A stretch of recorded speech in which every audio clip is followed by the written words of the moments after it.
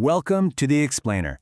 I am absolutely thrilled you're joining us today. Because, let's be honest, we've all felt that pit in our stomach when trying to communicate in a foreign country, right?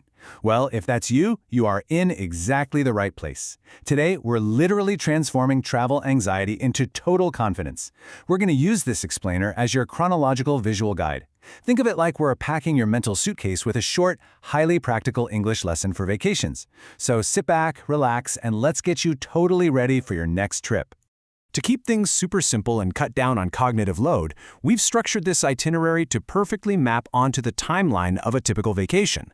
We're going to start with airport survival, then move into hotel arrival, ordering at a restaurant, getting around town, and wrap up with shopping and emergencies. It's a completely logical flow, exactly as you'll experience it in real life. Let's dive right in.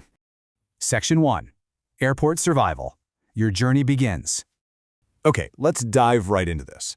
We all know that specific mix of intense excitement and, let's be real, slight stress when you first step into an international airport terminal. You've got the noise, the crowds, those endless flashing monitors. Your very first hurdle is just finding out where to go. Where is the check-in desk for flight? Instantly anchoring yourself with this specific, super common question is going to save you from wandering around giant terminal maps. You just walk right up to any airport employee, point to your ticket, and ask this. It's simple, it's direct, and man, is it effective. Now, here are a few more critical expressions you'll definitely want to keep in your back pocket. First up, which gate does the plane leave from? This is absolutely crucial so you don't miss your flight. Then, is my flight on time or delayed? A super practical question to manage your expectations or, maybe give yourself time to grab an extra coffee. And finally, when you actually make it to the desk, you'll need to say, I have a carry-on bag and one checked luggage. Honestly, memorizing these 3 phrases right now means you're going to feel completely prepared before you even step foot on the plane. You've got this. Next up, let's quickly drill these essential single vocabulary words that you will see plastered on neon signs absolutely everywhere, from departure all the way to arrival. Boarding pass, gate, luggage or baggage, and customs. Really lock these into your memory. When you see customs, you know it's basically the final boss battle before you officially start your vacation. Once you're past those gates, congratulations, you've survived the airport. Which brings us to Section 2, Hotel Arrival, Settling In. You've made it. You have that immense relief of finally arriving and dropping those heavy bags. But imagine this highly relatable, slightly panic-inducing scenario. You get to your room, you kick off your shoes, you try to message your family that you arrived safely, and your Wi-Fi code doesn't work. What do you say? I mean, this is practically a modern-day travel emergency, right? Well, here is your modern-day travel lifesaver. You just say, the Wi-Fi code doesn't work, could you help me? It's polite, it explains the problem clearly, and it directly asks for a solution. And hey, while you're at it, speaking to the helpful staff, you can seamlessly mention your other needs too. You can ask, what time is checkout? And, is breakfast included in the price? Getting all of this sorted on day 1 is absolutely the foundational secret to a relaxing stay. Now, the crucial point here is actually knowing where to direct all of these questions. The front desk or reception is your home base. It's the place you walk up to and confidently state, hi, I have a reservation under the name. Remember, this desk is also where you'll get your key card for the room and exactly who you'll call if you need housekeeping. These terms really are the literal building blocks of a seamless hotel experience. All right, moving right along to Section 3. Ordering at a restaurant. Enjoying the local flavor. So your bags are unpacked, you're finally connected to the Wi-Fi, and now the hunger hits. But before we eat, let's talk about a vital grammar tip that acts as a true cultural secret weapon. Now, what's really interesting here is that in English, saying I want is just too direct. It can easily sound demanding or even a bit rude. Instead, you want to use I would like or the contracted form I'd like. This is polite, and using it will almost guarantee you get much better, friendlier service. You don't want to say I want water. Instead, you say I'd like a glass of water, please. See the difference? It's huge. Think of these expressions kind of like lines in a movie script, because they follow a perfectly logical conversational flow. First, you walk in. A table for 2, please. Next, you sit down.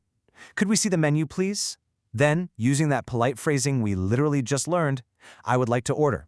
And finally, when you're full, happy, and ready to head out, excuse me, could we have the bill, please? Notice how these phrases map exactly onto the timeline of your dinner. It's that easy. Section 4. Getting around town. Exploring with confidence. Okay, picture this. You've eaten, you're totally energized, and you step out of the restaurant. The city streets are just waiting for you. I absolutely love this next conversational jam. Is it far enough to walk or should I take a taxi? It's such a natural, incredibly practical question to ask a local or a hotel concierge. It instantly helps you gauge distance. And if they say it's too far to walk, well, you just seamlessly follow up with, "Excuse me, where's the nearest subway station?" or "How do I get to the museum?" And you might even need to ask for a one-way ticket or a round-trip ticket once you arrive at the station.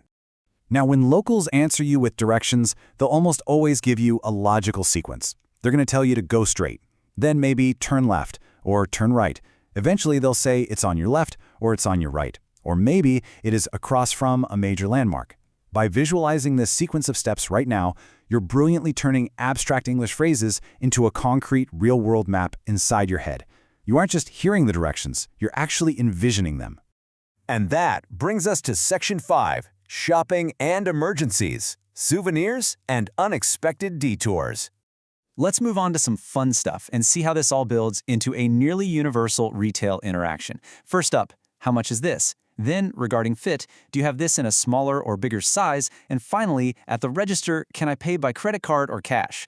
Honestly, by mastering just these 3 straightforward questions, you have practically covered every single retail interaction you're going to have while shopping abroad. You are good to go. Finally, we absolutely must look at emergency phrases. Now, I sincerely hope you never, ever have to use these. But knowing how to say, "I'm lost, can you help me find my hotel?" and "I need medical assistance, where's the pharmacy?" is vital. Reassure yourself right now. Having these specific phrases safely memorized or even just saved as a quick screenshot on your phone is the ultimate key to true travel peace of mind. Knowing you're completely prepared for the worst is exactly what allows you to fully enjoy the best parts of your trip. Which brings me to my final, slightly provocative thought for you today. Are you ready to turn travel anxiety into global competence?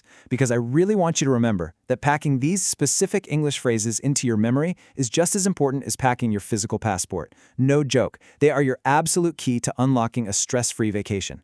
I highly encourage you to pause, read the phrases out loud a few times, and board that plane with total assurance. Thank you so much for exploring this explainer with me today. Keep exploring, stay confident, and safe travels out there.